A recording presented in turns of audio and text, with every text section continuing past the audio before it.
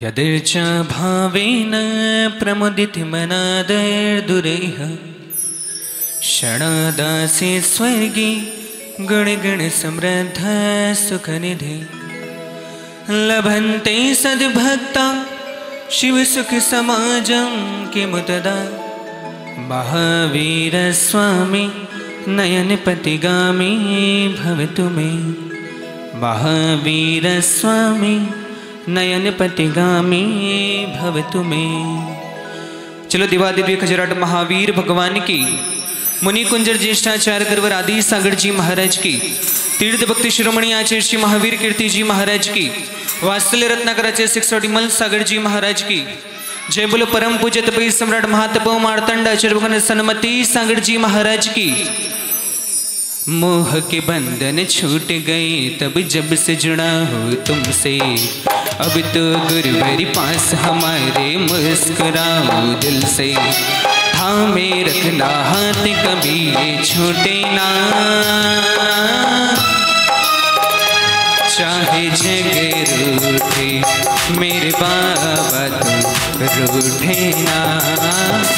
चलो परम पूज्य चतुर्थ पट्टाधीश प्राकृत ज्ञान के आचार्य 66 सुनील सागर जी गुरुदेव की।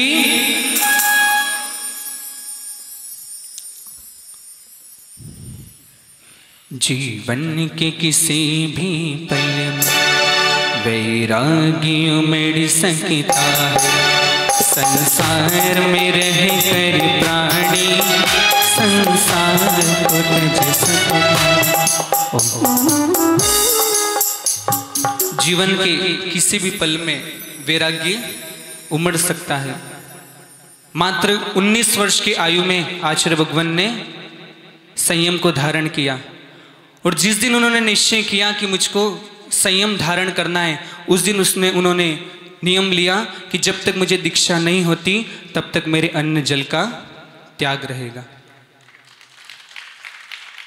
उन्होंने और तपई सम्राट के चरणों में निवेदन किया कि मुझे दीक्षा प्रदान करे। तो 3 दिन का उपवास कर कर आचार्य भगवान ने मंगलमय दीक्षा धारण करी। सौभाग्य हम सबका, इतने महान आचार्य हमारे बीच में आज विराजमान है। संसार में रहकर प्राणी संसार को त्यज सकता है। हम लोग गृहस्थ संसारी है, हम लोगों के पास हमारा क्या वैभव है। और मुनिराज देखो, जीव 2 प्रकार के होते हैं, संसारी और मुक्त। तो मुक्त हो गए वो तो सिद्ध परमेष्ठी हो गए, लेकिन जो संसारी है, जो अभी हम सब यहाँ पर विराजमान है, लेकिन उन संसारी में भी कैसे मुनिराज संसारी होते और कैसे श्रावक संसारी होते। श्रावक होते जिनके नगर होता है, आप लोगों का भी नगर है, किशनगढ़ में रहते हो, जिनके घर होता है, बंगला होता है, गाड़ी होती है, अच्छे से अच्छा भोजन होता है, फास्ट फूड होते हैं, बहुत सारी चीजें होती है।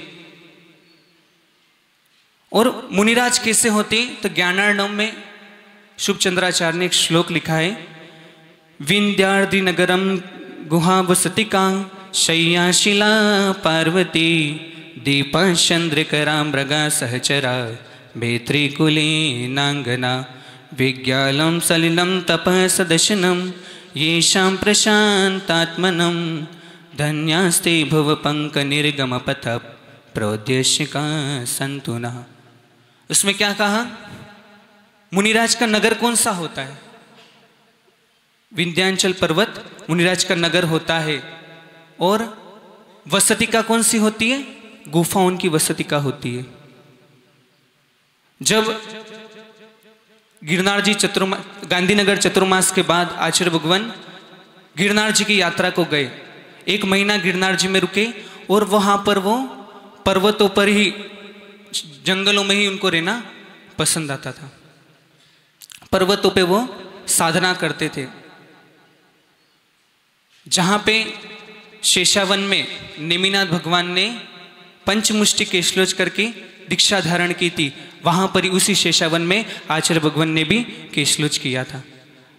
केशलोच करते वक्त ये नहीं कि चांदी की थाल हो, चांदी की कटोरी हो, कि केश की बाद में बोली लगे, कुछ भी नहीं। यहाँ तो संघ को भी पता नहीं होता कि आचार्य भगवान का कब केशलोच होना है, और कोई निश्चित कि भाई राख भी होती केशलोच के लिए, तो वो राख के भी परवाह नहीं करते, वहीं जमीन की मिट्टी उठाते, वहीं की मिट्टी से अपने केशों का लोचन करते हैं। तो जहाँ पे नेमिनाथ भगवान ने केशलोच किया था, वहाँ पर आचार्य भगवान ने उसी शेषावन में केशलोच किया। फिर मुनिराज की शैया कौन सी होती है? पलंग होता है। देखा किसी मुनिराज को पलंग पे सोते? ना पलंग होता है, ना कोई डबल बेड होता है, उनकी शैया होती है शिला। एक बार का प्रसंग है कि आचार्य भगवान राजस्थान में उदयपुर की तरफ जावद के लिए, पंचकल्याण के लिए विहार चल रहा था, और विहार करते करते शाम हो गई, अंधेरा हो गया, और जहाँ पे अगला गांव आना था वो वहाँ से 3 से 4 किलोमीटर था। अब अंधेरा हो गया है, मुनिराज अंधेरे में तो चलते नहीं है, तो वहीं पर वो रास्ते में एक पहाड़ की शिला थी, उस शिला के ऊपर वो जाकर सामायिक में बैठ गए, क्योंकि सामायिक का समय हो रहा था, और पूरी रात उस शिला पे उन्होंने गुजारी। उस जंगल में मामादेव करके जंगल था, मामादेव जंगल, पूरी रात उस जंगल में आचार्य भगवान ने निकाली, जहां पर कई सारे हिंसक पशु विपक्षी भी होते हैं।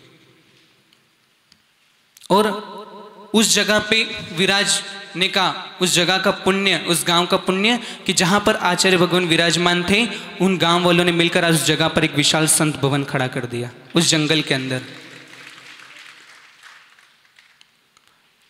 उसके बाद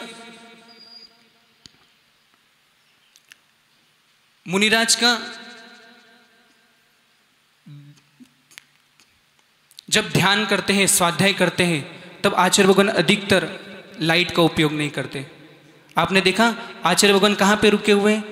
जब श्रावक बाहर के आते हैं तो वो बताते हैं कि यार इस बार तो आचार्य का चतुर्मास किसी 5 स्टार से कम की जगह पे नहीं हो रहा।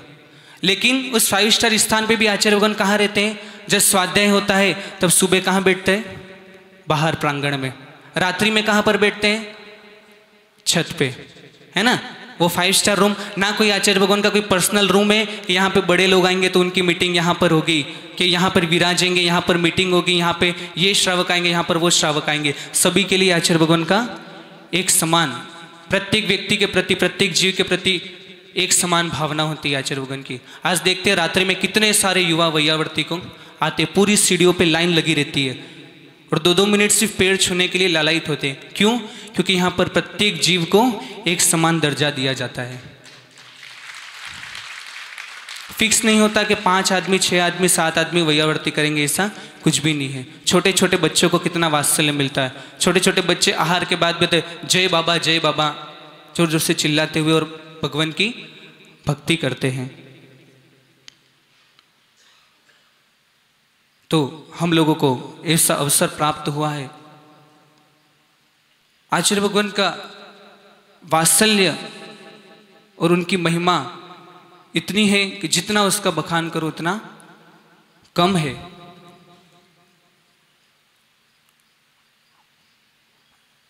मुनिराज का भोजन क्या होता है? ज्ञानानंद में कहा मुनिराज का भोजन तप है। अगर एक उपवास हम लोग करें ना तो उसके एक दिन पहले से प्लानिंग हो जाती है कि कल उपवास से, तो अपन थोड़ा शाम को 6 बजे तक, 7 बजे तक, 8 बजे तक पानी पी ले, ये खा ले, वो खा ले, कल 24 घंटे कुछ भी नहीं मिलेगा। लेकिन यहाँ पर साधु संतों का 48 घंटे का पूरा उपवास होता है, और उसके अगले दिन भी आहार होगा कि नहीं होगा इसकी भी कोई गारंटी नहीं होती है। तो उनका तप ही उनका भोजन है, और उनका ज्ञान ही उनका पानी है। ज्ञान रूपी अमृत वो पीते हैं, वही उनका पानी है। तो ऐसे आचार्य भगवान हमारे बीच में विराजमान है। जितना लाभ ले सकते हैं, जितनी भक्ति कर सकते हैं, जितना अवसर प्राप्त कर सकते हैं। बहुत सारे युवा आते, वो बताते महाराज जी, मीन महाराज जी के पास दर्शन करने गए थे। सभी साधक के मुख से एक ही शब्द निकलता है कि तुमको बहुत बड़ा अवसर मिला है, तुमको आचार्य भगवान सुनील सागर जी का चतुर्मास मिला है, उसको तुम व्यर्थ में मत जाने देना। उनका एक एक क्षण तुम्हारे लिए कीमती है। कई सारे युवा जाते, कई जिस दूसरे साधु से जुड़े हुए थे वो चतुर्मास में दर्शन के लिए जाती है, लेकिन सब आते हैं तो वो यही बताते हैं महाराज जी, सब महाराज जी यही बोलते हैं कि तुम सुनील सागर जी महाराज जी का क्षण मत छोड़ना, क्योंकि उनका ज्ञान है जब अपने मन में कोई शंका होती है ना, तब आचार्य भगवान से पूछने की आवश्यकता नहीं होती। सिर्फ अपने मन में हम सोचते हैं, हम मन में सिर्फ धारते हैं कि आचार्य भगवान को याद करते और अपना प्रश्न सोचते हैं। कहीं ना कहीं 1 या 2 दिन के अंदर उनके प्रवचन से आपके प्रश्नों का समाधान आपको मिल जाएगा। इससे कई सारे लोग हैं जो बोलते हैं कि हमको आचार्य भगवान को कुछ नहीं कहना पड़ता, बस जाओ उनके सामने बैठो, उनकी मुद्रा को निहारो और अपने सारे समाधान हो जाते हैं। हम लोग आचार्य भगवान की मंगलमय आराधना करते रहें। जहाँ पे गिरनार जी में आचार्य भगवान साधना करते थे, वहाँ पर 1 महीने में जो पूर्वाचार्य हुए, जैसे नेमिनाथ भगवान ने वहाँ पर केशलोच किया, आचार्य भगवान ने केशलोच किया। धड़सेन आचार्य ने वहाँ पर षटखंडागम की रचना की थी, तो आचार्य भगवान ने वहाँ पर भी धवला पुस्तक का 1 महीने स्वाध्याय हुआ था।